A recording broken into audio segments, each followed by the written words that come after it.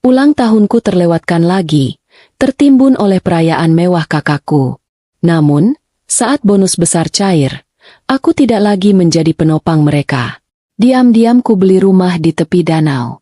Satu unggahan foto dariku cukup untuk memicu ledakan amarah mereka yang selama ini menindasku. Sebelum ceritanya dimulai, silakan tulis di kolom komentar dari daerah mana saja teman-teman yang menonton cerita ini. Jangan lupa like dan subscribe agar channel ini bisa semakin berkembang dan bisa mempersembahkan cerita yang lebih menarik lagi. Hujan di Jakarta malam ini turun tanpa ampun. Seolah langit sedang berlomba menumpahkan segala kesedihannya ke atas aspal yang macet. Aku duduk di dalam taksi online, menyandarkan kepalaku ke jendela yang dingin dan berembun. Lampu-lampu merah dari deretan mobil di depan memias di kaca yang basah, menciptakan lukisan abstrak yang buram, sama buramnya dengan perasaanku saat ini. Jam di dashboard mobil menunjukkan pukul 9:15 malam. Tanggal di ponselku masih belum berganti, menandakan hari ini masih sah menjadi hari ulang tahunku yang ke-32. Mbak, sesuai aplikasi ya titik turunnya? Lobi apartemen Kuningan? Tanya supir taksi memecah keheningan. Suaranya terdengar lelah. Mungkin sama lelahnya denganku setelah seharian bekerja. Iya, Pak. Sesuai aplikasi. Jawabku singkat. Suaraku terdengar parau. Seharian ini aku tenggelam dalam tumpukan proposal klien, rapat maraton dengan tim kreatif, dan presentasi di depan direksi. Aku sengaja menyibukkan diri. Aku sengaja membuat otakku begitu penuh dengan strategi branding dan krisis manajemen, agar tidak ada ruang tersisa untuk harapan-harapan bodoh. Harapan bahwa mungkin, hanya mungkin, tahun ini akan berbeda. Harapan bahwa ponselku akan berdering bukan karena urusan pekerjaan, melainkan karena ada anggota keluarga yang ingat bahwa hari ini aku dilahirkan ke dunia. Namun, harapan itu pupus seiring berjalannya waktu. Tidak ada notifikasi pesan WhatsApp dari ibu. Tidak ada panggilan telepon dari ayah. Apalagi dari kakakku, si anak emas keluarga. Hening. Ponselku hanya ramai oleh grup kantor dan email masuk. Sesampainya di lobi apartemen, aku meminta Pak supir berhenti sebentar di depan minimarket yang menyatu dengan gedung. Aku turun, berlari kecil menghindari cipratan air hujan, lalu masuk ke dalam toko yang dinginnya menusuk tulang. Aku berjalan menuju rak roti dan kue. Di sana, di deretan paling bawah, tersisa satu kotak kecil kue tart rasa coklat berukuran diameter 10 cm. Kue yang biasa dibeli orang untuk camilan iseng, bukan untuk perayaan. Aku mengambilnya. Tanganku sedikit gemetar saat meraih lilin angka 3 dan 2 di rak sebelahnya. Kasir yang melayaniku, seorang pemuda yang tampak mengantuk, memandangku sekilas dengan tatapan datar. Ada lagi, Kak? Tanyanya tanpa minat. Enggak, ini saja, jawabku. Aku membayar dengan uang pas, lalu membawa bungkusan plastik itu naik ke unitku di lantai 18. Unit apartemenku gelap gulita saat aku membuka pintu. Hawa dingin dari AC yang lupa kumatikan tadi pagi langsung menyambutku. Aku melempar tas kerjaku ke sofa, melepas sepatu hak tinggi yang seharian menyiksa tumit, dan berjalan gontai menuju dapur. Di meja makan kecil yang terbuat dari kaca, aku membuka kotak kue itu. Kue tart coklat itu terlihat menyedihkan. Krimnya sedikit penyok karena terguncang di perjalanan tadi. Dengan gerakan mekanis, aku menancapkan lilin angka 32 di tengahnya. Aku merogoh laci dapur mencari korek api, lalu menyalakannya. Api kecil menari-nari, memantul di mataku yang mulai terasa panas. Selamat ulang tahun, diriku. Bisikku pada kesunyian yang menggema di ruangan itu. Kamu hebat. Kamu bertahan 1 tahun lagi. Aku tidak bernyanyi. Rasanya terlalu konyol menyanyikan lagu, panjang umurnya, untuk diri sendiri di ruangan kosong ini. Aku hanya menatap nyala api itu, membiarkannya membakar sedikit oksigen di sekitarku, sebelum akhirnya kutiup hingga padam. Asap tipis mengepul, membawa aroma lilin terbakar yang khas. Aku mengambil sendok, menyuap 1 gigitan besar kue itu. Manis, tapi entah kenapa terasa pahit di lidahku. Sambil mengunyah, tanganku secara refleks meraih ponsel. Kebiasaan buruk yang sulit dihilangkan, mengecek media sosial sebelum tidur. Jariku menekan ikon Instagram. Hal pertama yang muncul di beranda, yang seketika membuat kunyahanku terhenti dan kerongkonganku tercekat, adalah unggahan terbaru dari akun ibu. Sebuah foto yang sangat tajam dan cerah. Di sana, di ruang tengah rumah orang tuaku yang megah di kawasan Pondok Indah, terlihat sebuah perayaan. Ada nasi tumpeng besar dengan hiasan telur puyuh dan perkedel yang disusun rapi. Di sekelilingnya, ayah dan ibu berdiri mengapit kakakku. Mereka semua tersenyum lebar, senyum yang merekah penuh kebanggaan. Kakakku memegang sebuah plakat penghargaan dari kantornya, memakai kemeja batik sutra yang kubelikan bulan lalu, yang dia bilang jelek tapi ternyata dipakainya juga. Captionnya tertulis dengan huruf kapital dan banyak emotikon hati. Syukuran kecil-kecilan untuk anak lanang kebanggaan keluarga. Selamat atas promosi jabatannya menjadi senior manager. Doa ibu dan ayah selalu menyertai langkah suksesmu. Nak, kamu memang penerus keluarga yang hebat. Dadaku sesak. Rasanya seperti ada tangan tak kasat mata yang meremas jantungku kuat-kuat. Bukan, aku bukan iri pada kesuksesan kakakku. Aku sudah biasa melihat dia dipuja-puja. Tapi tanggal unggahan itu, baru saja 2 jam yang lalu, mereka sedang berkumpul. Mereka sedang makan enak. Mereka sedang tertawa bahagia. Tepat di hari ulang tahunku. Dan tidak ada satupun dari mereka, di antara suapan nasi kuning dan potongan ayam bakar itu, yang ingat bahwa anak perempuan mereka sedang sendirian di apartemen sewaan, memakan kue tart minimarket di tengah hujan. Aku menelusuri kolom komentar. Ada tante-tante dan sepupu yang mengucapkan selamat. Wah, hebat ya jagoannya, tulis Tante Rani. Sukses terus ponakan tante, timpal yang lain. Lalu, mataku menangkap satu komentar dari sepupuku yang tinggal di Surabaya. Dinda, loh, bukannya hari ini Mbak ulang tahun juga ya, Bude? Sekalian dirayain bareng dong, seru banget. Jantungku berdebar menunggu balasan ibu. 1 menit, 2 menit, balasan itu muncul. Iya ya? Aduh ibu lupa. Saking senengnya sama kabar promosi kakak. Lagian dia juga sibuk kerja kok. Nggak mungkin bisa datang.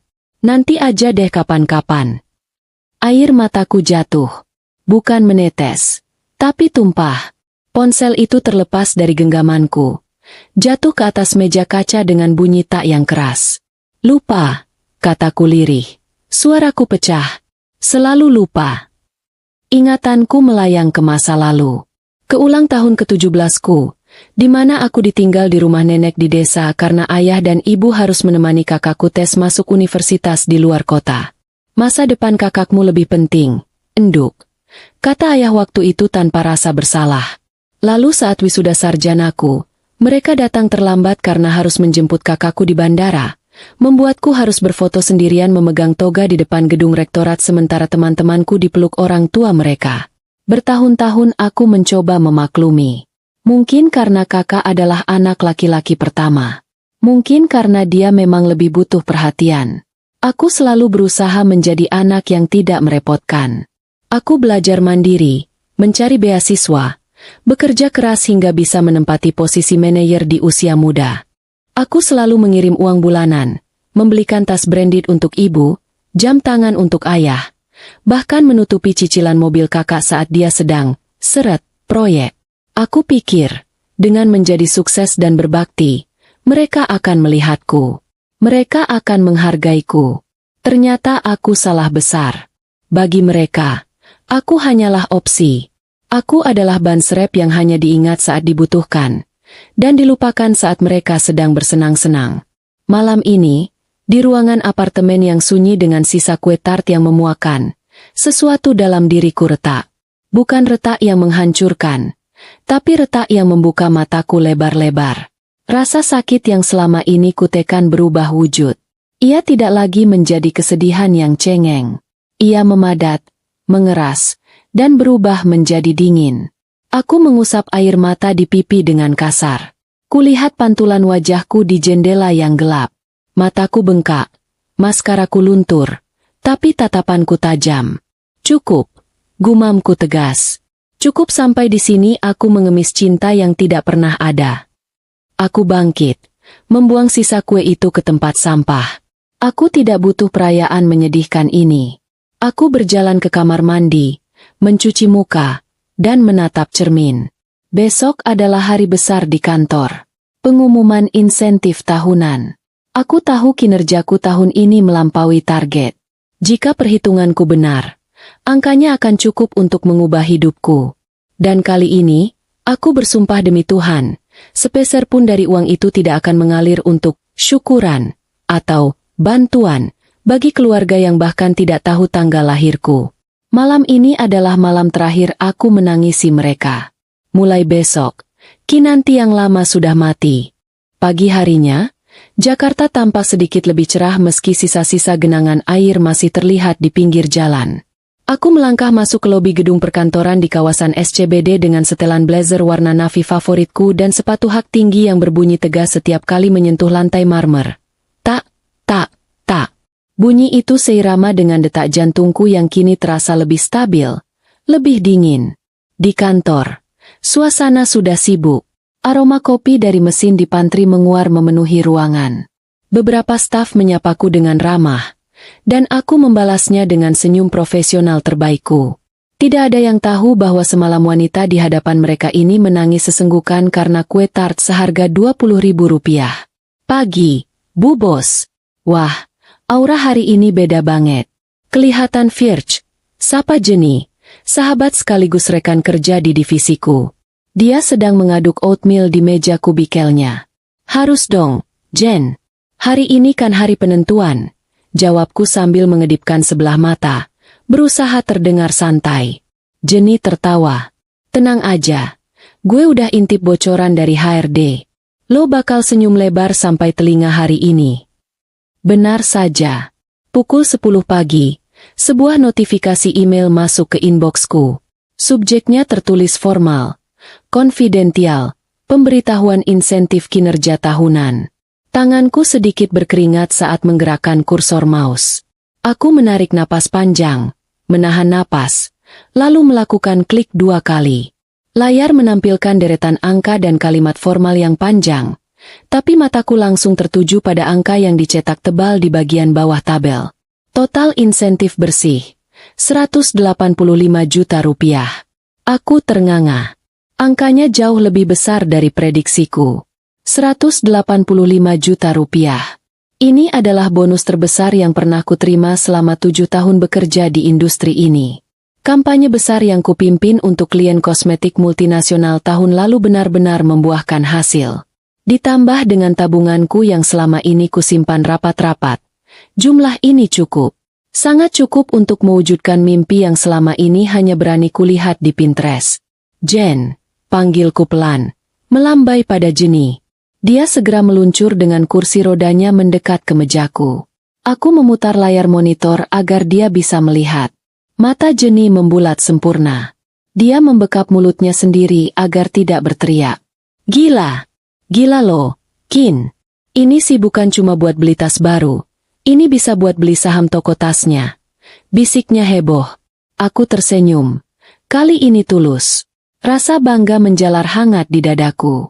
Ini hasil kerja keras lembur sampai pagi, hasil makan siang di meja kerja, hasil mengorbankan waktu istirahat.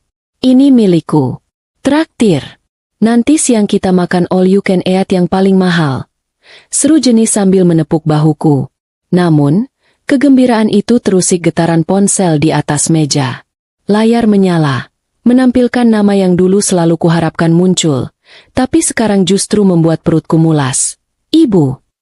Jenny melirik layar ponselku, lalu menatapku dengan wajah prihatin. Dia tahu segalanya. Dia tahu tentang drama Instagram semalam. Lo mau angkat? Aku terdiam sejenak.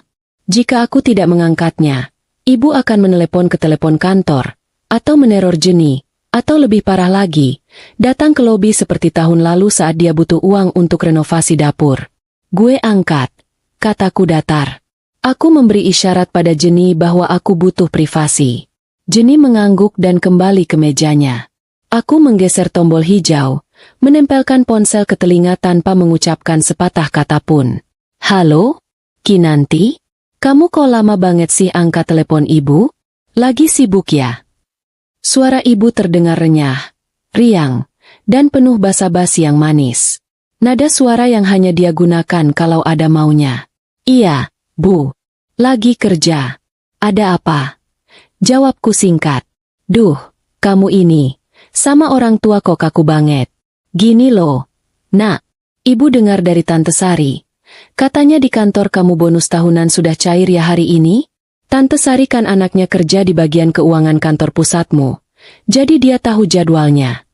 Aku memejamkan mata, menahan geraman yang ingin keluar dari tenggorokan. Luar biasa. Jaringan mata-mata keluarga ini lebih cepat dari Bin. Mereka tidak ingat ulang tahunku, tapi mereka hafal mati jadwal pencairan bonusku. Iya, sudah. Kenapa, Bu? Alhamdulillah. Wah, rezeki anak soleha itu memang lancar ya. Seru ibu penuh semangat. Pas banget. Nak, jadi gini. Ibu mau ngomongin soal acara anniversary pernikahan kakakmu minggu depan. Kita kan mau bikin pesta di ballroom hotel, biar sekalian merayakan promosinya kemarin. Kasihan kakakmu. Masa promosi jabatan cuma tumpengan di rumah? Teman-teman kantornya kan orang-orang elit semua. Aku mencengkram pulpen di tanganku hingga buku-buku jariku memutih. Terus. Ya, ibu hitung-hitung, biayanya kurang sekitar 50 juta lagi buat pelunasan catering sama dekorasi. Ibu sama ayah lagi nggak pegang uang cash segitu. Uang ayah nyangkut di deposito. Jadi, ibu pikir, masa si Kinanti nggak mau bantu kakaknya? Kamu kan gajinya utuh buat diri sendiri. Nggak punya tanggungan suami atau anak. Jadi tolong transfer ke rekening kakakmu ya. Sore ini kalau bisa. Soalnya vendornya minta pelunasan besok. Bukan pertanyaan. Bukan permintaan tolong. Itu adalah perintah. Perintah yang dibungkus dengan manipulasi halus bahwa uangku adalah hak milik keluarga karena status lajangku. Dulu, aku akan langsung berkata, iya, Bu, nanti Kinan transfer. Dulu, aku akan merasa bersalah jika berkata tidak. Dulu, aku haus akan validasi mereka, berharap uangku bisa membeli sedikit kasih sayang atau setidaknya ucapan terima kasih. Tapi bayangan kue tart sepi semalam kembali menari di pelupuk mataku.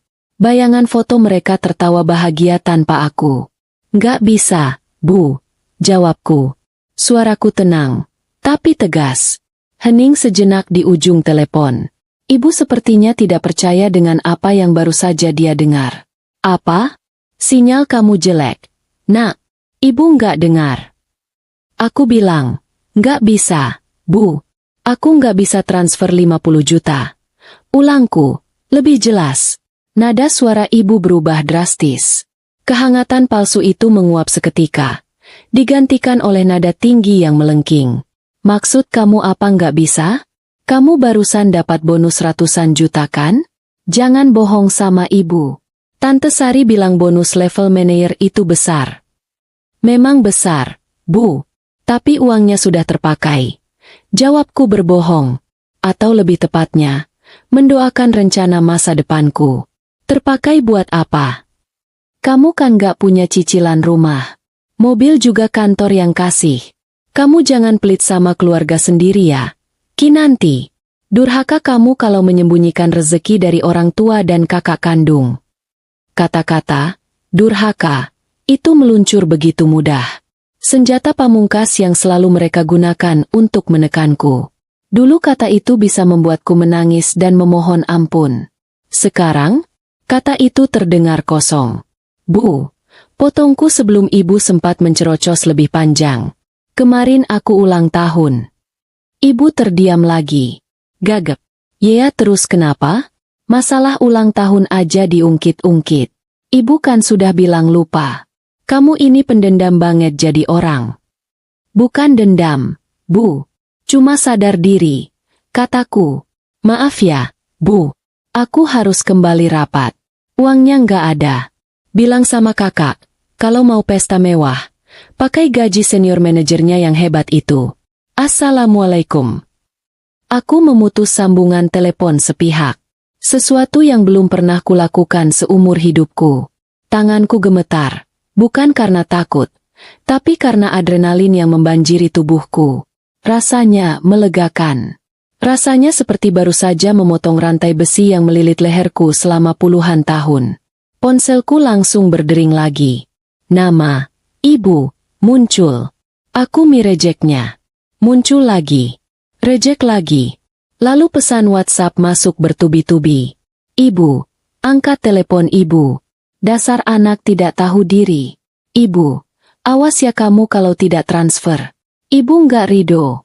Aku mematikan ponselku, meletakkannya di dalam laci, dan menguncinya. Aku menatap keluar jendela kaca gedung pencakar langit, melihat Jakarta dari ketinggian. Langit biru cerah. Jen, panggilku pada Jenny yang sedari tadi curi-curi pandang khawatir. Ya, Kin. Batalin all you can eat-nya, kataku sambil tersenyum misterius. Temenin gue cuti besok. Kita ke Bandung. Gue mau beli villa. Jenny melongo. Sendok oatmealnya hampir jatuh. Hah? Serius lo? Serius. Gue mau beli rumah. Rumah di tepi danau yang tenang. Jauh dari sini. Rumah buat gue. Cuma buat gue. Hari itu, aku bekerja dengan perasaan paling ringan yang pernah kurasakan. Aku tidak peduli dengan teror yang menumpuk di ponselku. Aku memiliki rencana. Dan rencana ini akan menjadi kado ulang tahun terbaik yang pernah ada. Setelah mematikan ponsel dan menyimpannya di laci terkunci, aku mencoba fokus kembali pada pekerjaanku. Namun, konsentrasi adalah hal yang mahal harganya hari ini. Pikiranku terus melayang pada nada bicara ibu yang melengking tadi, pada tuntutan 50 juta rupiah yang diucapkannya seringan meminta garam di dapur. Dadaku terasa sesak. Seperti ada batu besar yang menindih paru-paru. Sekitar 1 jam kemudian, aku memberanikan diri membuka laci. Aku butuh menghubungi klien untuk konfirmasi materi presentasi besok. Saat aku menyalakan ponsel, layar itu langsung berkedip liar. Puluhan notifikasi pesan masuk secara bersamaan, membuat ponselku terasa hangat di genggaman. Yang paling mencolok bukan lagi pesan pribadi dari ibu, melainkan notifikasi dari sebuah grup WhatsApp yang sudah lama tidak kulihat. Keluarga besar Brotojoyo. Rupanya, Tante Sari, adik ibu yang paling rajin mengurusi hidup orang lain, baru saja memasukkanku kembali ke dalam grup itu. Dulu aku keluar dari grup ini karena tidak tahan dengan pameran pencapaian sepupu-sepupuku yang selalu dijadikan bahan perbandingan oleh ibu. Jantungku berdegup kencang saat melihat angka notifikasi yang terus bertambah. Ratusan pesan belum terbaca. Rasa penasaran yang bercampur dengan firasat buruk mendorong jariku untuk membuka aplikasi itu. Dan benar saja, mataku langsung disuguhi percakapan yang membuat darahku mendidih hingga ke ubun-ubun. Sepertinya ibu tidak sadar aku sudah dimasukkan kembali. Atau mungkin dia memang sengaja agar aku membacanya. Dia sedang curhat panjang lebar, atau lebih tepatnya, memfitnahku di hadapan seluruh keluarga besar. Ibu menulis dengan kalimat yang panjang dan penuh drama. Duh, Jeng, pusing aku. Si Kinan itu loh, mentang-mentang sudah jadi manajer di Jakarta. Sekarang sombongnya minta ampun. Masa ibu minta tolong sedikit buat acara kakaknya malah dibentak-bentak? Padahal barusan dapat bonus ratusan juta. Katanya uangnya habis. Habis buat apa coba? Dia kan gak punya suami, gak punya anak. Paling buat foya-foya beli tas atau sepatu mahal. Aku membaca pesan itu dengan tangan gemetar. Belum cukup sampai di situ. Pesan berikutnya lebih menyakitkan. Padahal ya, uang perempuan yang belum menikah itu kan hakikatnya buat bantu keluarga. Siapa lagi yang mau dia bahagiakan kalau bukan orang tua dan kakaknya? Milo itu kan butuh modal buat jaga gengsi di depan kolega barunya. Adiknya malah pelit. Susah memang kalau punya anak perempuan yang terlalu mandiri, jadi lupa kulit, lupa siapa yang membesarkan. Air mataku menetes, jatuh tepat di atas layar ponsel yang retak di bagian ujung. Jadi begini cara ibu melihatku selama ini? Bukan sebagai anak, melainkan sebagai aset. Sebagai dompet cadangan yang bisa dibuka kapan saja saat anak emasnya membutuhkan sesuatu. Kalimat, uang perempuan yang belum menikah, itu terngiang-ngiang di kepalaku. Begitu seksis dan merendahkan kerja kerasku selama bertahun-tahun. Beberapa tante dan bude terlihat menimpali, menyiram bensin ke dalam api. Tante Sari membalas, "Sabar ya, Mbak Q. Anak zaman sekarang memang gitu. Egois. Coba dinasihati pelan-pelan. Diingatkan soal dosa durhaka. Kasihan Milo kalau pestanya jadi batal cuma gara-gara adiknya pelit." Bahkan ada sepupuku yang ikut berkomentar, "Waduh, Mbak Kinan tega banget ya. Padahal Mas Milo kan kakak satu-satunya." Aku merasa mual. Sangat mual. Rasanya aku ingin muntah mengeluarkan semua kekecewaan ini. Di mata mereka, aku adalah penjahatnya. Aku yang bekerja banting tulang, pulang malam, menembus hujan, menahan lapar demi menabung, kini dicap sebagai pendosa hanya karena aku ingin mempertahankan hakku. Mereka tidak tahu rasanya dilupakan saat ulang tahun. Mereka tidak tahu rasanya makan kue tar sendirian di apartemen sepi. Yang mereka tahu hanya, Kinan punya uang, dan Kinan harus memberi. Aku tidak sanggup membaca lebih lanjut. Aku membanting ponselku ke meja dengan keras, membuat beberapa rekan kerja di kubikel sebelah menoleh kaget. Jenny, yang sejak tadi memperhatikanku dari balik monitornya, langsung memutar kursi rodanya mendekat. "Kin, lo kenapa? Muka lo pucat banget," tanya Jenny panik. Aku tidak bisa menjawab. Tenggorokanku tercekat. Aku berdiri, menyambar kotak tisu, lalu setengah berlari menuju pantry kantor yang kebetulan sedang sepi. Jenny mengikutiku dengan sigap. Di pantry, aku merosot duduk di kursi bar, menelungkupkan wajah kelipatan tangan di atas meja marmer yang dingin. Tangisku pecah. Bukan tangisan cengeng, tapi tangisan kemarahan yang meluap-luap. Jenny menutup pintu pantry, lalu duduk di sebelahku, mengusap punggungku perlahan tanpa banyak bicara. Dia tahu aku butuh waktu untuk meledak. Setelah beberapa menit, nafasku mulai teratur meski masih sesenggukan. Aku mengangkat wajah, menatap Jenny dengan mata sembab. "Mereka jahat banget, Jen." Suaraku parau. "Gue baru aja baca grup keluarga. Nyokap bilang gue pelit, sombong, durhaka. Cuma karena gue nolak kasih duit bonus gue buat pesta Kak Milo. Dia bilang duit gue nggak ada gunanya karena gue jomblo." Jenny menghela napas panjang. Wajahnya mengeras menahan emosi. "Sakit jiwa," desisnya pelan. "Sumpah, Kin, keluarga lo itu toksiknya udah level limbah nuklir. Lo nggak boleh dengerin omongan mereka. Duit lo itu hasil keringat lo. Hasil lo begadang ngerjain revisi klien. Hasil lo sakit tipes tahun lalu gara-gara kecapean. Nggak ada 1 sen pun hak mereka di situ. Tapi sakit banget, Jen. Gue diomongin di depan semua tante sama sepupu gue. Harga diri gue diinjak-injak." Ujarku sambil menghapus air mata dengan kasar. Jenny memegang kedua bahuku, memaksaku menatap matanya. "Dengerin gue. Cara terbaik buat balas dendam sama orang yang ngeremehin lo bukan dengan marah-marah di grup WA. Itu nggak ada gunanya. Cara terbaik adalah dengan jadi bahagia. Bahagia tanpa mereka. Lo inget rencana lo tadi pagi? Soal beli rumah." Aku mengangguk pelan. "Lakuin," kata Jenny tegas. "Lakuin sekarang juga. Jangan cuma wacana. Beli rumah itu.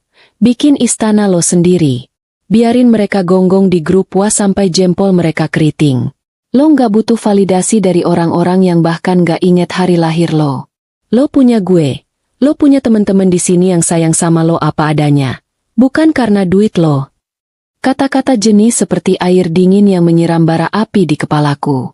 Dia benar. Untuk apa aku menangis di sini? Menangis tidak akan mengubah persepsi mereka. Membalas pesan di grup hanya akan membuatku terlihat defensif. Aku menarik napas dalam-dalam, lalu menghembuskannya perlahan. Rasa mual itu perlahan hilang, digantikan oleh tekad yang membaja. Aku mengambil ponselku dari saku, membuka aplikasi WhatsApp, lalu melakukan satu hal yang seharusnya sudah kulakukan sejak lama. Aku menekan tombol exit group, lalu blok nomor Tante Sari, blok nomor sepupu yang nyinyir tadi. Dan untuk pertama kalinya dalam hidupku, aku mematikan fitur last send dan centang biru khusus untuk nomor ibu dan ayah. Aku tidak memblokir mereka sepenuhnya. Aku masih punya sedikit hati nurani, tapi aku memutus akses mereka untuk mengontrol emosiku. Makasih, Jen, kataku sambil tersenyum tipis. Gue butuh cuti. Gue mau pergi sekarang. Pergilah, kata Jenny sambil tersenyum lebar. Kantor aman. Bos pasti ngerti kalau gue bilang lo lagi mencari inspirasi. Pergi cari bahagiamu, Kin. Aku keluar dari pantry dengan langkah yang jauh lebih ringan daripada saat aku masuk. Air mataku sudah kering. Di kepalaku sekarang hanya ada satu tujuan, Bandung Selatan. Aku akan menemukan tempat di mana suara bising notifikasi grup keluarga tidak akan pernah bisa menjangkauku. Pukul 2 siang, Honda Jazzku sudah melaju membelah jalan tol Cipularang. Langit Jakarta yang kelabu tertinggal di belakang, perlahan berganti dengan pemandangan bukit-bukit hijau yang menyegarkan mata. Aku memutar lagu-lagu folk indie dengan volume keras, bernyanyi sumbang sendirian di dalam mobil untuk melampiaskan sisa-sisa emosi. Rasanya seperti melarikan diri dari penjara tanpa jeruji. Tujuanku bukan pusat kota Bandung yang macet dan penuh turis belanja, melainkan daerah selatan yang lebih tinggi, dingin, dan sepi. Ciwidey atau Pangalengan. Aku belum tahu pasti. Aku hanya mengikuti insting dan beberapa iklan properti yang sempat kulihat sekilas di aplikasi jual beli rumah saat istirahat makan siang tadi. Ada satu iklan yang menarik perhatianku. Fotonya agak buram, sepertinya diambil dengan kamera ponsel murah. Judul iklannya sederhana, jual cepat, villa tua pinggir situ. Butuh uang. Harganya masuk akal, bahkan tergolong murah untuk ukuran tanah yang luas. Lokasinya terpencil, jauh dari jalan utama. Bagi kebanyakan orang, ini kekurangan. Bagi Kinanti yang sedang ingin menghilang, ini adalah kesempurnaan. Setelah keluar tol Soroja, jalanan mulai menanjak dan berkelok. Udara panas berganti menjadi sejuk, lalu perlahan menjadi dingin. Kaca mobilku mulai berembun. Aku mematikan AC dan membuka sedikit jendela, membiarkan aroma tanah basah, pinus, dan kebun teh masuk memenuhi kabin mobil. Aroma ini, aroma kebebasan. Aku berhenti sebentar di sebuah warung kopi pinggir jalan untuk menghubungi nomor yang tertera di iklan. Seorang pria tua dengan logat Sunda yang kental menjawab teleponku. Namanya Pak Asep. Suaranya terdengar kaget tapi senang saat tahu aku ingin melihat lokasi sore ini juga. Mangga, Neng, mangga. Bapak tunggu di gapura desa ya. Jalannya agak masuk, takut Neng nyasar, katanya ramah.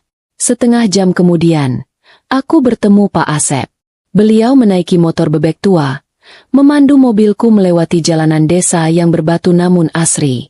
Kiri kanan kami adalah hamparan kebun teh yang hijau memanjakan mata. Kabut tipis mulai turun meski hari belum terlalu sore. Kami sampai di sebuah gerbang besi yang catnya sudah mengelupas. Pak Asep membuka gemboknya dengan susah payah. Saat gerbang terbuka, dan aku menjalankan mobil masuk ke halaman, napasku tertahan. Bangunan itu memang tua. Dinding putihnya kusam dimakan cuaca, beberapa gentengnya tampak berlumut, dan rumput liar tumbuh tinggi di halaman depan. Jelas sekali sudah lama tidak dihuni. Tapi bukan itu yang kulihat. Aku melihat sebuah rumah bergaya kolonial mungil dengan jendela-jendela besar yang menghadap langsung ke arah danau. Danau itu tenang. Airnya memantulkan bayangan pohon-pohon pinus di sekelilingnya.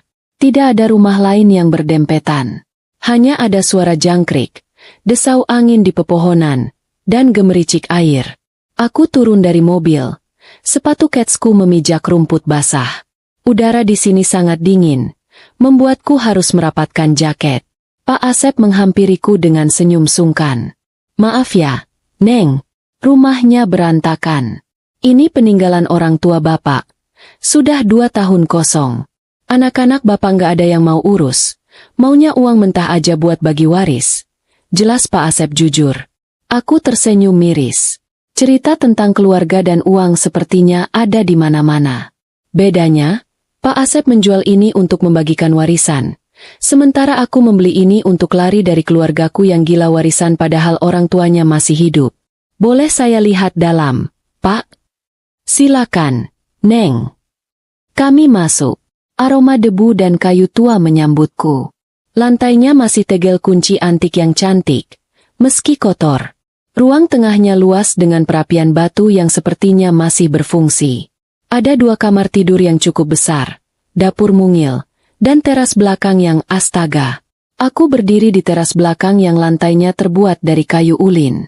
Dari sini, pemandangan danau terlihat utuh tanpa halangan. Kabut tipis bergerak di atas permukaan air seperti penari hantu. Rasanya magis. Rasanya damai. Jauh sekali dari keributan Jakarta. Jauh dari suara ibu yang meminta uang. Jauh dari wajah kakakku yang sombong. Di sini, aku merasa bisa bernapas. Benar-benar bernapas. Aku memejamkan mata, membayangkan apa yang bisa kulakukan di sini. Aku bisa mengecat dindingnya dengan warna putih bersih atau krem hangat. Aku bisa menaruh kursi goyang di sudut sana untuk membaca buku. Aku bisa menanam bunga hortensia di halaman. Aku bisa mengundang Jenny dan teman-teman kantor untuk bakar jagung di tepi danau. Gimana, Neng? Kalau Neng gak cocok gak apa-apa. Memang kondisinya begini. Suara Pak Asep membuyarkan lamunanku. Aku berbalik menatap pria tua itu. Harganya pas berapa, Pak? Sesuai aplikasi. Pak Asep tampak ragu. Ya, kalau Neng serius dan bisa cash, Bapak kasih diskon sedikit lah. Biar cepet laku. Soalnya anak Bapak yang bungsu mau nikah bulan depan. Aku tertawa kecil dalam hati. Ironis. Uangku akan membiayai pernikahan orang lain. Tapi setidaknya kali ini aku mendapatkan imbalan setimpal. Sebuah rumah. Bukan sekadar ucapan terima kasih kosong dari kakakku. Saya ambil, Pak. Kataku mantap. Sesuai harga aplikasi. Nggak usah didiskon. Tapi saya minta tolong Bapak bantu carikan tukang buat bersihin rumput dan benerin genteng yang bocor ya. Mata Pak Asep terbelalak. Mulutnya sedikit terbuka. Serius? Neng? Nggak nawar? Kondisinya begini loh. Saya serius, Pak. Saya suka tempat ini. Rasanya seperti pulang. Jawabku jujur. Alhamdulillah. Alhamdulillah ya Allah. Pak Asep mengusap wajahnya dengan kedua tangan. Matanya berkaca-kaca. Bapak janji, Neng, besok Bapak panggilin Mang Ujang sama anaknya buat babat rumput. Neng terima beres. Sore itu juga, di teras belakang yang menghadap danau berkabut, kami bersalaman. Aku mentransfer uang tanda jadi saat itu juga melalui mobile banking. Sinyal di sini agak susah, tapi cukup untuk mengirim bukti bahwa aku serius. Saat notifikasi, transfer berhasil, muncul di layar ponselku. Aku merasakan getaran aneh di dadaku. Saldo tabunganku berkurang drastis. Bonus kerjaku ludes sebagian besar. Secara logika keuangan, ini gila. Aku menghabiskan hampir semua likuiditasku dalam 1 hari untuk aset yang tidak likuid. Tapi saat aku melihat kembali ke arah danau yang mulai gelap, aku tahu aku tidak membeli tumpukan batu bata dan tanah. Aku membeli kewarasanku. Aku membeli harga diriku. Malam itu aku tidak pulang ke Jakarta. Aku menginap di penginapan kecil dekat villa baruku. Aku duduk di balkon kamar, menyesap teh hangat, dan memandang ke arah bukit gelap di mana rumah baruku berdiri. Ponselku bergetar lagi. Pesan dari ibu. Aku membukanya tanpa rasa takut. Ibu, kamu di mana? Pulang sekarang. Kita perlu bicara soal uang itu. Jangan jadi anak pengecut yang kabur-kaburan. Aku tersenyum miring. Aku tidak kabur. Ibu, aku baru saja menemukan jalan pulang. Dan kali ini, pintu rumahku tidak akan terbuka untuk kalian. Aku mengetik balasan singkat, lalu mematikan ponselku sepenuhnya untuk tidur. Aku sedang liburan. Uangnya sudah habis. Jangan cari aku. Tidurku malam itu adalah tidur paling nyenyak yang pernah kurasakan selama 10 tahun terakhir. Tanpa mimpi buruk, tanpa rasa bersalah. Hanya ada ketenangan dan rencana besar untuk mendekorasi istana kecilku di tepi danau. Hari Senin tiba dengan awan mendung yang menggantung rendah di langit Jakarta. Seolah alam semesta sedang bersiap menjadi saksi bisu atas badai yang akan pecah di rumah orang tuaku. Setelah akhir pekan yang damai di Bandung, kembali ke realitas ibu kota rasanya seperti ditarik paksa dari mimpi indah. Ponselku, yang baru saja kunyalakan pagi ini, langsung dibanjiri pesan dari ayah. Bukan pesan marah-marah seperti ibu, melainkan pesan singkat yang nadanya dingin dan otoriter. Pulang ke rumah malam ini. Kita makan malam bersama. Wajib. Jangan mempermalukan orang tua. Aku tahu arti. Makan malam. Ini bukan undangan rindu, melainkan sidang pengadilan. Mereka ingin mengadiliku atas kejahatan, menahan uangku sendiri. Dulu, pesan semacam ini akan membuat perutku mulas karena takut. Aku akan memutar otak mencari alasan atau menyiapkan mental untuk dimarahi. Tapi hari ini, saat membaca pesan itu di balik kemudi mobil dalam kemacetan Gatot Subroto, aku hanya merasakan kekosongan yang tenang. Aku punya rumah di tepi danau sekarang. Aku punya tempat untuk pulang jika mereka mengusirku. Pukul 7 malam, aku memarkir mobil di halaman rumah orang tuaku di kawasan Pondok Indah. Rumah itu masih sama megahnya dengan pilar-pilar tinggi dan cat putih bersih. Tapi bagiku sekarang terlihat seperti bangunan kosong tanpa jiwa. Lampu kristal di ruang tamu menyala terang, memancarkan kemewahan yang selalu mereka banggakan. Saat aku melangkah masuk, aroma santan dan daun salam langsung menyergap indera penciumanku. Nasi liwet. Ibu memasak nasi liwet lengkap dengan ayam suwir, telur pindang, dan sambal goreng ati. Ini adalah menu andalan ibu jika sedang ada acara spesial, atau jika sedang ingin memanipulasi seseorang. Ironisnya, nasi liwet sebenarnya adalah makanan kesukaan Milo, bukan aku. Aku alergi udang. Dan ibu sering memasukkan terasi udang ke dalam sambalnya tanpa peduli. Lalu bilang aku yang terlalu manja kalau aku menolak makan. Nah, ini dia putri kita yang super sibuk. Suara ayah terdengar berat dari arah ruang makan. Beliau duduk di ujung meja, mengenakan kemeja batik rumahan, wajahnya kaku tanpa senyum. Ibu muncul dari dapur membawa mangkuk besar berisi sayur labu. Wajahnya dipoles senyum yang dipaksakan. Tapi matanya memancarkan kilatan tajam saat menatapku. Milo dan istrinya, Rina, sudah duduk manis di sisi meja, sibuk dengan ponsel masing-masing. Mereka bahkan tidak menoleh saat aku datang. Duduk. Kinan, ibu masak banyak nih. Sayang kalau dingin, kata ibu dengan nada yang dibuat semanis mungkin, seolah pesan-pesan kasar di WhatsApp kemarin tidak pernah ada. Aku duduk di kursi yang tersisa, berhadapan langsung dengan Milo. Kakakku itu tampak santai, seolah dia tidak sedang menunggu uang perasan dari adiknya untuk membiayai gengsinya. Gimana kerjaan? Lancar? Tanya ayah berbasa-basi sambil menyendokkan nasi ke piringnya. Lancar, yah, jawabku singkat.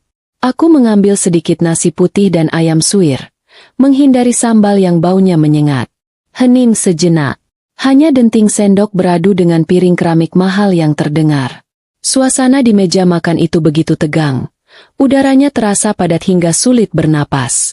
Aku makan dengan pelan, menghitung detik demi detik hingga bom waktu itu meledak.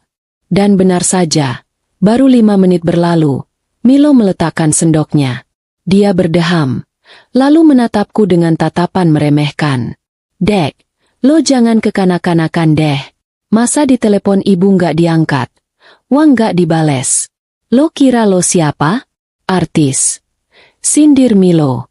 Aku tetap mengunyah, menelan makananku pelan-pelan sebelum menatapnya lurus. Aku sibuk, Mas.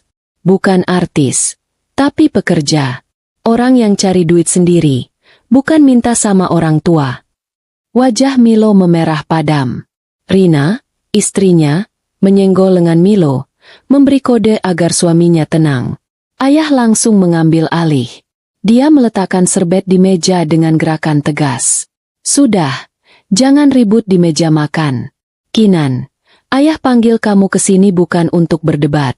Ayah mau tanya soal transferan itu. Pihak hotel sudah menagih Milo terus. Batas pelunasannya besok pagi. Kamu transfer sekarang, biar ayah lihat. Ayah menyodorkan tangannya, seolah meminta ponselku. Sikapnya begitu natural, seolah uangku adalah uangnya yang kutitipkan. Aku meletakkan sendokku. Nafsu makanku hilang seketika. Aku menatap satu persatu wajah di meja itu. Ayah yang otoriter, Ibu yang manipulatif, Milo yang manja, dan Rina yang pasif namun menikmati fasilitasnya. Aku nggak bisa transfer. Yah, kataku tenang. Kenapa nggak bisa? ATM rusak? M-banking error? Kan bisa ke bank besok pagi. Sergah ibu cepat. Bukan rusak. Uangnya nggak ada. Jawabku. Jangan bohong kamu, bentak ayah. Suaranya menggelegar membuat Rina terlonjak kaget. Ayah tahu kamu dapat bonus ratusan juta. Tante Sari sudah konfirmasi. Kamu mau nipu orang tua sendiri demi menimbun harta? Mau jadi apa kamu, Kinan? Harta itu nggak dibawa mati. Tapi bakti sama saudara itu pahalanya abadi. Aku menarik napas panjang, mengumpulkan sisa keberanian yang kupupuk selama perjalanan dari Bandung. Memang nggak dibawa mati, yah, tapi dipakai buat hidup. Dan aku memilih memakai uang itu untuk hidupku. Hidup apa? Kamu itu hidupnya sudah enak. Potong Milo sengit. Apartemen sewa, makan gaji buta, nggak punya tanggungan. Gue ini kepala keluarga. Kin, gue punya istri. Gue butuh koneksi. Pesta ini penting buat karir gue. Lo sebagai adik harusnya support, bukan malah jegal gue kayak gini. Support? Aku tertawa kecil, tawa yang terdengar hampa. Mas, waktu aku butuh laptop buat skripsi dan ayah bilang gak ada duit, Mas Milo malah beli motor baru. Itu support? Waktu aku sakit tipes sendirian di kosan dan minta tolong diantar ke dokter, Mas Milo bilang lagi sibuk main futsal. Itu support? Sekarang giliran Mas mau pesta foya-foya, aku yang harus bayar. Itu masa lalu. Jangan diungkit-ungkit. Teriak ibu histeris. Wajahnya merah pada menahan amarah. Intinya uang itu ada di mana sekarang? Kamu simpan di deposito? Cairkan. Sudah kubelikan rumah, kataku. Dua kata itu meluncur ringan. Namun efeknya seperti petir yang menyambar di tengah ruang makan. Hening. Sunyi senyap. Mulut ibu terbuka. Tapi tidak ada suara yang keluar. Milo melongo. Ayah menatapku tak percaya. Apa? Tanya ibu gagap. Aku beli rumah, Bu. Villa kecil di Bandung Selatan. Lunas. Sertifikatnya sedang diproses atas namaku. Kinanti Brotojoyo. Sendirian. Tanpa campur tangan kalian. Jelasku dengan artikulasi yang sangat jelas. Kamu gila. Desis Milo. Lo beli rumah di Bandung? Buat apa? Lo kan kerja di Jakarta. Lo buang duit ratusan juta buat rumah yang gak bakal lo tempatin. Cuma biar gak ngasih gue duit. Buat ketenangan gue, Mas. Dan ya, gue lebih rela duit itu jadi genteng berlumut daripada jadi makanan catering di pesta lo yang penuh kepalsuan itu. Jawabku tajam. Bra. Ayah menggebrak meja dengan keras hingga piring-piring bergetar.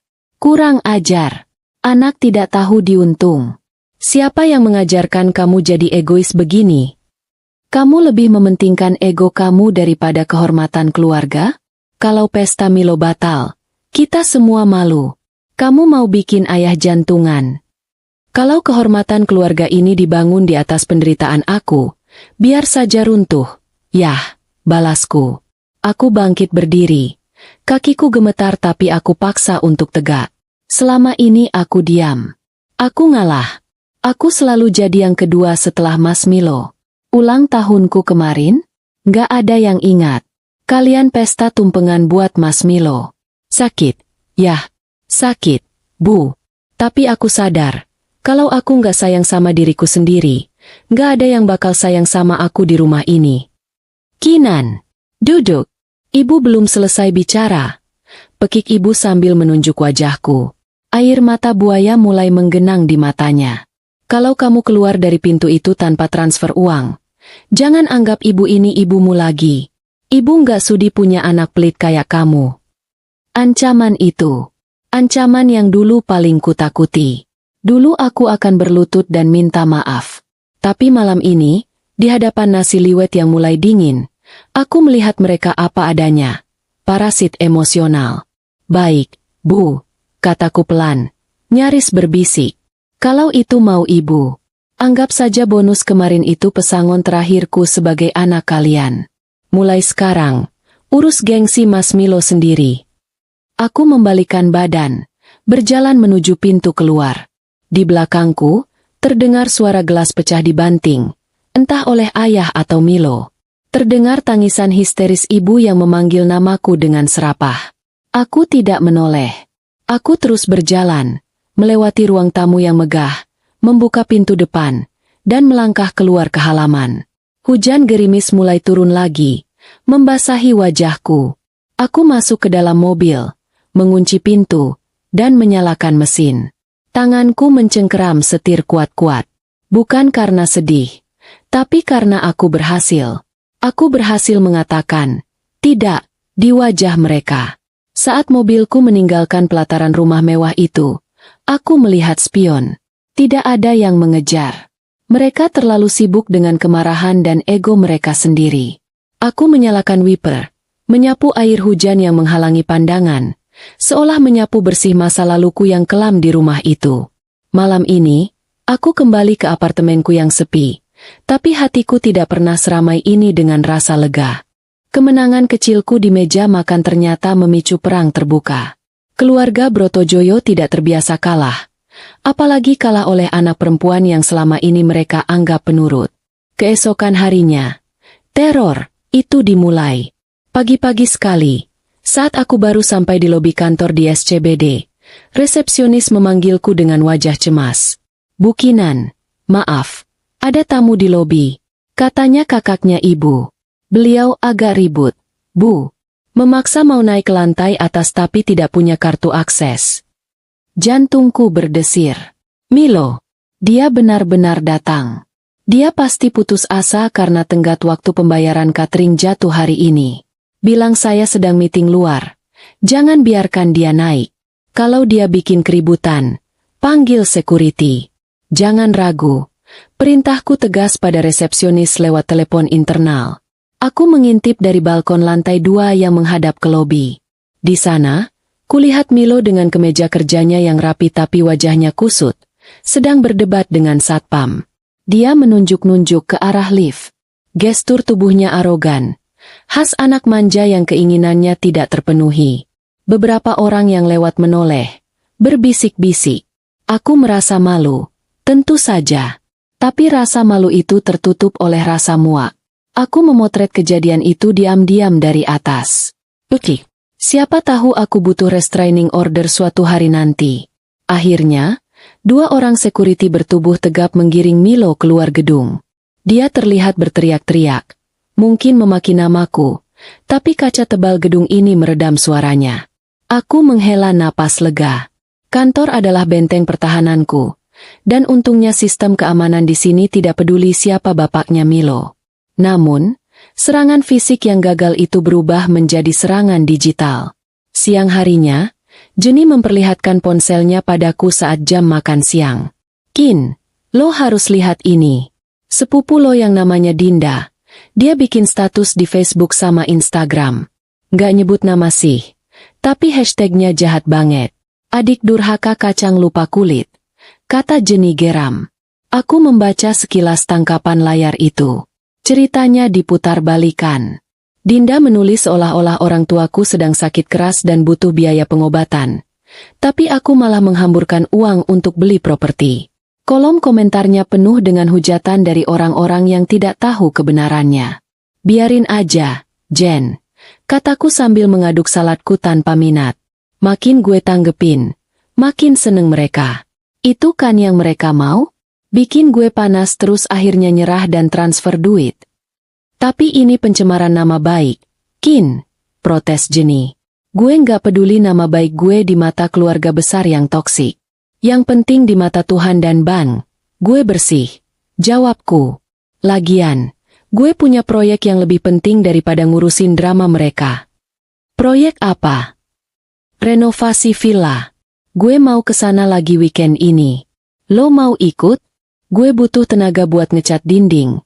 Tawarku sambil tersenyum. Mata Jenny berbinar. Mau banget. Gue butuh udara segar. Suntuk banget lihat drama manusia di Jakarta. Jumat sore, aku, Jenny, dan Bu Asih, tetangga apartemenku yang sudah kuanggap seperti ibu angkat, berangkat ke Bandung. Bu Asih memaksa ikut setelah aku cerita aku beli rumah kosong. Neng Kinan kan gak bisa masak. Nanti di sana makan apa? Biar ibu ikut. Sekalian ibu mau lihat rumah barunya. Siapa tahu ibu bisa bantu jahit gorden, kata Bu Asih dengan semangat. Wanita parubaya yang hidup sendirian ini justru memberikan kehangatan yang tidak pernah kudapat dari ibu kandungku. Perjalanan ke Bandung kali ini terasa berbeda. Mobilku penuh dengan kaleng cat, kuas, peralatan bersih-bersih, dan rantang makanan bekal dari Bu Asih. Sepanjang jalan kami tertawa, karaoke lagu-lagu dangdut koplo kesukaan Bu Asih, dan makan keripik pedas. Tidak ada ketegangan, tidak ada tuntutan. Sampai di villa, hari sudah malam. Udara dingin Pangalengan menyambut kami. Begitu masuk, Bu Asih langsung sigap. Wah, ini MAH strukturnya masih bagus, Neng. Cuma kotor aja. Besok kita sikat kamar mandinya sampai kinclong. Komentar Bu Asih sambil memeriksa sudut-sudut rumah. Keesokan harinya, transformasi dimulai. Pagi-pagi sekali, aku sudah bangun disambut kabut tebal yang menyelimuti danau. Pemandangan dari teras belakang sungguh magis. Matahari terbit malu-malu di balik bukit, membiaskan cahaya keemasan di permukaan air. Sini, hanya ada suara burung. Rasanya seperti berada di dunia lain. Jauh sekali dari keributan Milo di lobi kantor kemarin. Kami bekerja bakti seharian. Aku dan Jenny mengecat ruang tengah dengan warna broken white agar terlihat lebih luas dan bersih. Jenny, meskipun dengan keterbatasan fisiknya di kursi roda, sangat lincah mengecat bagian bawah dinding. Bu Asih di dapur, membersihkan kerak-kerak di kompor tua dan memasak nasi liwet. Nasi liwet yang sesungguhnya, yang dimasak dengan kasih sayang, bukan manipulasi. Kin, ini warnanya bagus banget. Seru Jenny sambil menunjuk dinding yang baru selesai kami cat. Bajunya belepotan cat putih. Begitu juga hidungku. Kami tertawa melihat penampilan masing-masing yang seperti badut. Siang harinya, kami makan siang di teras belakang, beralaskan tikar yang dibawa Bu Asih. Nasi liwet hangat, ikan asin, sambal dadak, dan lalapan segar. Ayo makan yang banyak, Neng Kinan, Neng Jenny. Biar kuat ngadepin dunia, kata Bu Asih sambil menyendokkan nasi ke piringku. Suapan pertama masuk ke mulutku, dan air mataku menetes. Rasanya enak sekali. Sederhana, tapi penuh rasa. Berbeda jauh dengan nasi liwet mewah di rumah orang tuaku yang rasanya hambar karena ditelan bersama amarah. Loh, kok nangis, Neng? Tanya Bu Asih khawatir. Aku menggeleng, tersenyum sambil mengusap air mata. Nggak apa-apa, Bu. Cuma, rasanya enak banget.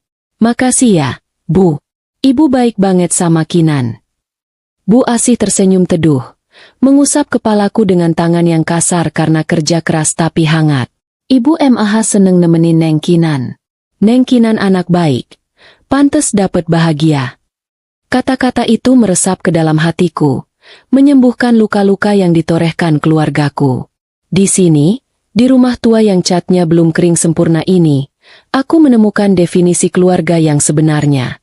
Keluarga bukan tentang siapa yang memiliki darah yang sama, tapi tentang siapa yang bersedia duduk bersamamu di atas tikar kusam, membagi nasi liwet, dan membuatmu merasa berharga. Sementara itu, di Jakarta, aku membayangkan pesta Milo mungkin sedang berlangsung, atau mungkin batal dan kacau balau. Aku tidak tahu, dan aku tidak mau cari tahu. Ponselku tergeletak di dalam tas, baterainya habis, dan aku tidak berniat mengisi dayanya sampai hari Senin nanti. Di sini, hanya ada aku, danau, dan orang-orang yang tulus mencintaiku. Ketenangan ini mahal harganya, tapi aku sudah membayarnya lunas. 1 bulan telah berlalu sejak keputusan impulsifku membeli villa tua itu. Waktu yang singkat, namun rasanya seperti 1 abad penuh perubahan. Villa yang dulu kusam dan berlumut kini telah berubah wajah sepenuhnya.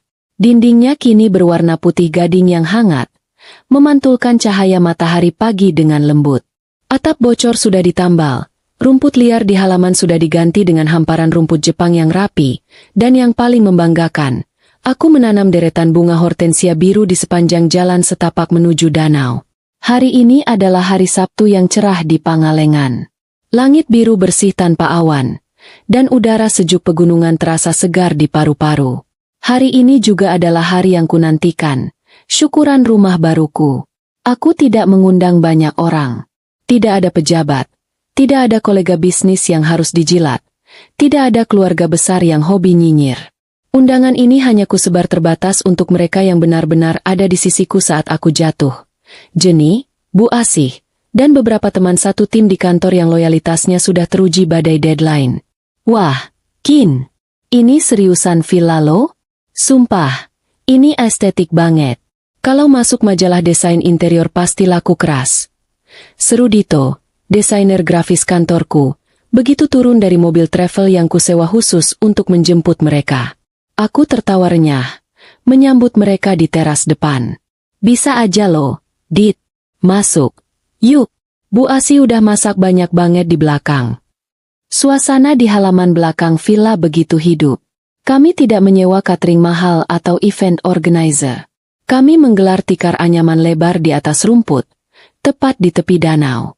Di tengahnya, terhampar daun pisang memanjang yang di atasnya sudah tersaji nasi liwet komplit hasil karya tangan ajaib Bu Asih. Ada ayam goreng lengkuas yang wanginya semerbak, tumis bunga pepaya, ikan peda asin, tahu tempe, dan sambal terasi yang pedasnya nendang. Jenny, yang duduk di kursi roda di ujung tikar, terlihat sangat bahagia. Wajahnya merona terkena angin gunung. Gila ya, Kin. Gue nggak nyangka lo senekat ini. Tapi hasilnya sepadan. Gue betah banget di sini. Kalau gue resign, gue ngelamar jadi penjaga villa lo aja deh. Kami semua tertawa lepas. Tidak ada pembicaraan soal target penjualan, KPI, atau gosip kantor yang menyebalkan. Kami bicara soal mimpi, soal hal-hal konyol, soal masa depan. Aku memandang wajah-wajah mereka satu persatu. Inilah keluargaku. Keluarga yang kupilih. Dan yang memilihku kembali tanpa syarat. Tidak ada darah yang sama mengalir di nadi kami. Tapi ikatan tawa dan dukungan di antara kami jauh lebih kental daripada darah. Saat matahari mulai condong ke barat, menciptakan semburat jingga di permukaan danau, kami berkumpul untuk sesi foto. Bukan foto formal yang kaku seperti di studio. Dito mengatur tripod kameranya. Oke semuanya. Gaya bebas. Yang paling heboh dapat piring cantik dari Bu Asih. Aba-aba Dito. 1, 2, 3. Cekrek. Kami berhamburan melihat hasilnya di layar kamera. Foto itu sempurna. Aku berada di tengah, tertawa lebar sampai mataku menyipit. Dirangkul oleh Bu Asih di kiri dan Jenny di kanan. Teman-teman yang lain berpose lucu di belakang. Latar belakangnya adalah danau yang tenang dan villa mungilku yang berdiri kokoh. Tidak ada kepura-puraan di foto itu. Hanya kebahagiaan murni.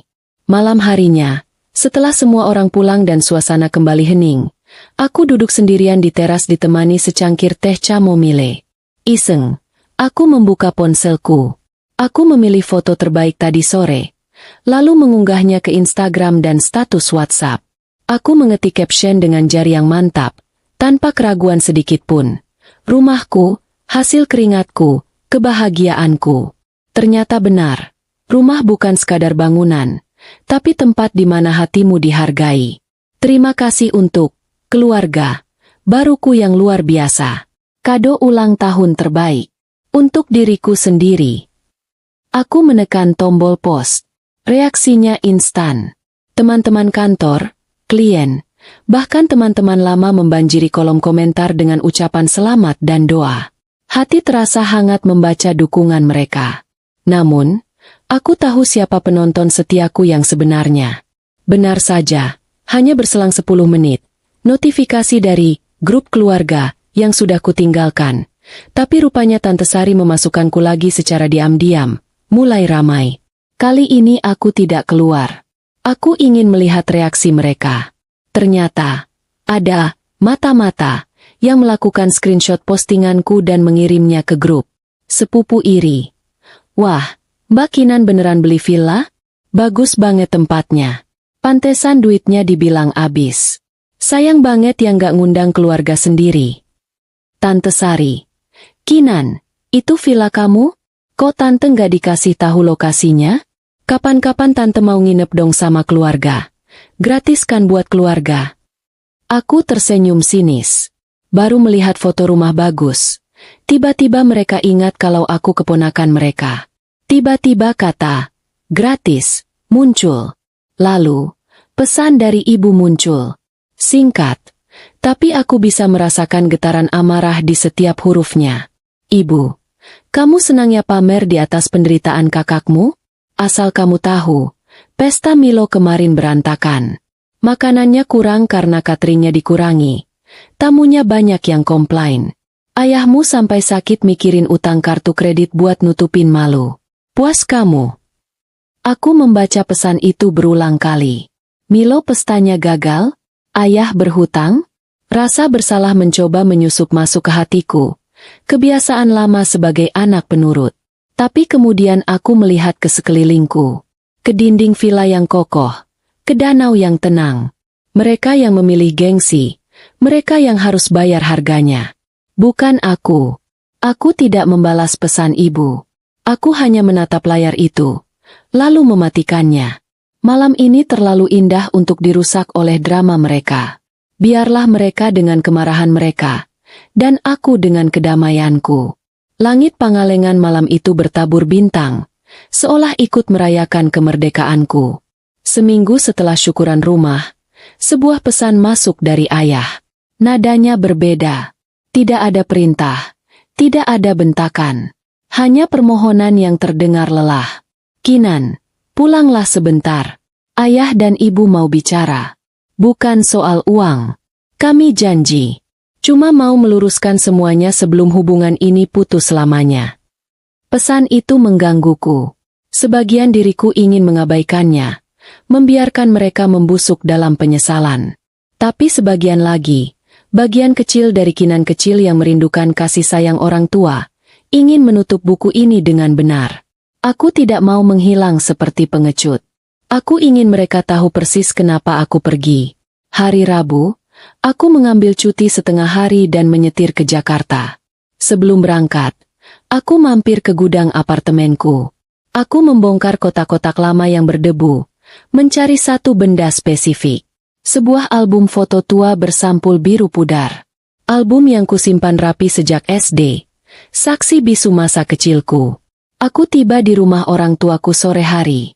Rumah itu tampak lebih suram dari biasanya. Rumput di halaman agak tinggi. Sepertinya tukang kebun belum datang. Mobil Milo tidak ada di carport. Mungkin dia sedang sibuk mengurus utang pasca pestanya yang gagal. Ibu membukakan pintu. Wajahnya tampak lebih tua 10 tahun. Kantung matanya hitam. Rambutnya yang biasanya disanggul rapi kini digelung asal-asalan. Saat melihatku, ada kilatan rindu di matanya. Tapi segera tertutup oleh gengsi. Masuk, katanya pendek.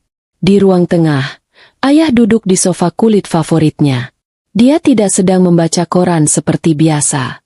Dia hanya melamun menatap televisi yang mati. Saat aku masuk, dia menegakkan punggungnya. Duduk, Kinan. Perintah ayah. Tapi suaranya pelan. Aku duduk di kursi single di seberang mereka. Tas kerjaku kuletakkan di lantai. Tapi album foto biru itu kupangku erat. Jadi? Tanyaku memecah keheningan. Apa yang mau dibicarakan? Kalau soal bayar utang kartu kredit ayah buat pesta Mas Milo, jawabanku tetap sama. Tidak. Jumlah utang itu bukan tanggung jawabku. Ayah menghela napas panjang. Bukan. Ayah tidak mau minta uang. Ayah cuma mau tanya, kenapa kamu sekeras ini, Nak? Kenapa kamu tega mempermalukan kami di sosial media? Kenapa kamu lebih memilih orang lain daripada darah dagingmu sendiri? Pertanyaan klasik. Mereka masih merasa menjadi korban. Mereka masih buta. Aku tidak menjawab dengan kata-kata. Perlahan, aku meletakkan album foto biru itu di atas meja marmer, tepat di hadapan mereka. Buka, Yah. Buka, Bu. Kataku. Ibu menatap album itu dengan bingung. Lalu tangannya terulur membukanya. Halaman pertama adalah foto bayi laki-laki yang gemuk dan lucu. Milo. Di bawahnya tertulis, syukuran akikah Milo, 1988. Foto berikutnya. Ulang tahun Milo pertama. Pesta meriah. Banyak kado. Badut. Halaman demi halaman penuh dengan wajah Milo yang tertawa. Dikelilingi ayah dan ibu yang bangga. Milo wisuda TK. Milo sunatan. Milo juara lomba makan kerupuk. Terus kenapa? Tanya ibu ketus. Ini kan album foto keluarga. Terus buka. Pintaku. Ibu membalik halaman terus sampai ke bagian tengah. Di sana, mulai muncul foto-foto seorang bayi perempuan. Aku. Tapi fotonya berbeda. Kebanyakan buram, diambil dari jarak jauh. Atau foto candid saat aku sedang main sendirian di pojokan. Coba cari foto ulang tahunku, Bu. Tantangku. Ibu membalik halaman lagi. Dia terdiam. Halaman-halaman itu kosong. Ada satu foto di halaman belakang. Foto aku umur 7 tahun, memakai baju seragam sekolah, meniup lilin di atas martabak manis. Sendirian. Di belakangku hanya ada Mbak Surti, pembantu kami dulu. Tidak ada ayah. Tidak ada ibu. Kalian ingat hari itu? Tanyaku. Suaraku mulai bergetar meski ku coba tahan. Umurku 7 tahun. Kalian janji mau pulang cepat buat potong kue. Aku nunggu sampai jam 10 malam. Ternyata kalian gak pulang. Kalian lagi nemenin Mas Milo tanding basket di luar kota. Mbak Surti kasihan sama aku. Dia beli martabak di depan komplek. Dikasih lilin mati lampu. Itu perayaan ulang tahunku. Ruangan itu hening. Ayah menunduk. Tidak berani menatap mataku. Tangan ibu berhenti membalik halaman album. Dan itu bukan cuma sekali. Lanjutku. Air mata mulai mengalir di pipiku tanpa bisa kubendung. Setiap tahun. Selalu ada alasan. Mas Milo sakit. Mas Milo ujian. Mas Milo butuh ini, butuh itu. Aku selalu jadi prioritas nomor sekian. Aku belajar mandiri bukan karena aku mau. Yah, Bu. Tapi karena aku harus. Karena kalau aku nggak ngurus diriku sendiri, nggak ada yang bakal ngurus aku. Kinan. Suara ibu tercekat. Dia mulai terisak. Bonus kemarin itu. Aku cuma pengen sekali aja, Bu. Sekali aja aku ngerasa spesial di hari ulang tahunku. Aku beli kue sendiri di minimarket. Berharap kalian telepon. Tapi yang aku dapat malah tagihan buat pesta Mas Milo. Kalian gak lupa ulang tahunku. Kalian cuma gak peduli. Aku berdiri, mengusap air mataku dengan punggung tangan. Rasanya lega. Semua nanah yang tersimpan di hati akhirnya keluar. Aku gak benci kalian. Kalian tetap orang tuaku. Tapi aku gak bisa lagi hidup demi validasi kalian. Rumah di Bandung itu rumahku. Tempat di mana aku dihargai. Aku harap kalian mengerti. Aku membiarkan album foto itu tergeletak di meja. Bukti fisik dari pengabaian selama puluhan tahun. Bawa albumnya, Kinan, kata ayah serak, matanya merah. Nggak usah, yah, simpan aja. Buat pengingat kalau kalian kangen aku. Atau kalau kalian bingung kenapa aku pergi. Lihat album itu, dan kalian akan nemu jawabannya di halaman-halaman yang kosong. Aku berbalik dan berjalan menuju pintu.